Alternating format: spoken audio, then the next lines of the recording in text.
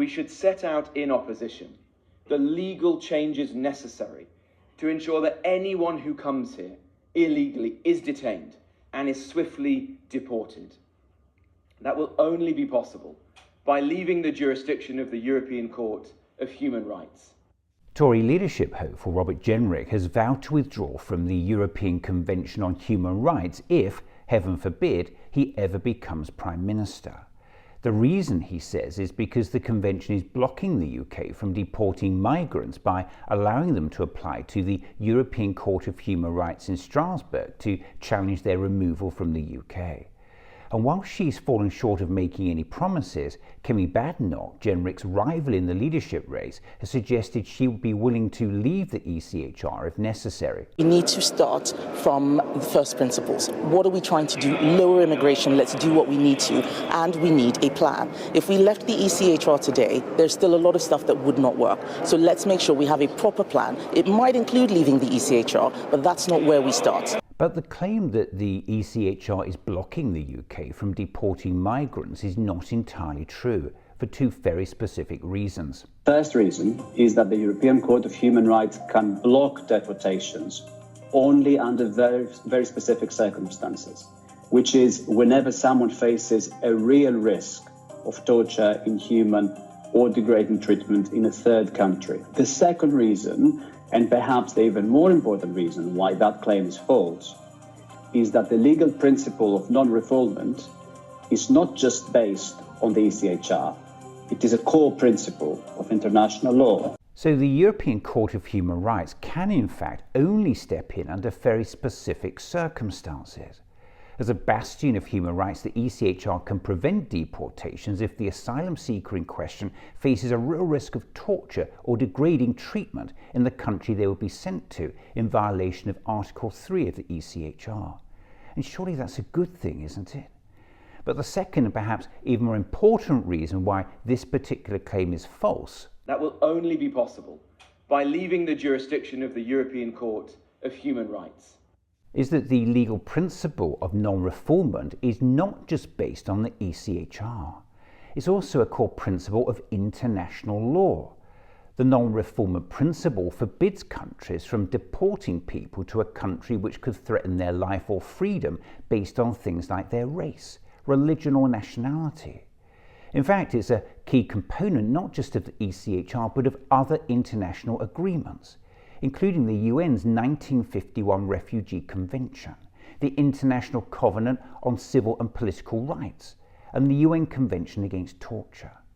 So when Jenrick says this, that will only be possible by leaving the jurisdiction of the European Court of Human Rights. He's simply talking bollocks. Even if the UK left the ECHR, it would still be bound by other international obligations and treaties. You're going to have to leave the ECHR and create our own British Bill of Rights. But remember, whatever Bill of Rights you create only deals with your domestic situation. If you want to give yourself a completely free hand internationally, you'll also have to withdraw not only from the ECHR, but also from the Refugee Convention and the United Nations Convention Against Torture, which neither Tory leadership candidate has said they are willing to do. And leaving the ECHR would be a devastating blow to the UK's reputation within Europe and beyond as a country that accepted basic human rights. It would be a devastating blow to the UK's reputation within Europe and beyond as a kind of, as a country that accepted basic human rights obligations. It would also cause major difficulties with the EU in relation to our Brexit deal with them, which implicitly requires us to continue to abide by the ECHR, and it would also cause problems in relation to the Good Friday Agreement. So what's the real motivation behind leaving the ECHR? Well, let's not forget that the European Convention on Human Rights protects our right to a fair trial, freedom of assembly and expression, the right to participate in free elections, freedom of religion, freedom from discrimination, the right to privacy, freedom from torture and degrading treatment. The ECHR has also protected British people from abuses of power by its own government. And let's not forget that when this lot were last in power, they repeatedly tried to curtail our human rights under the existing convention we're already a part of.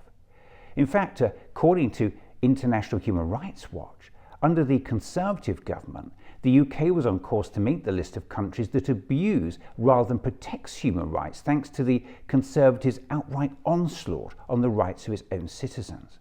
Just think about that. And it's easy to see why. During their time in office, they passed new anti-strike laws designed to rob millions of workers of their democratic right to strike. An Elections Act locked millions of people out of the electoral process, a blatant act of voter suppression by the then Tory government.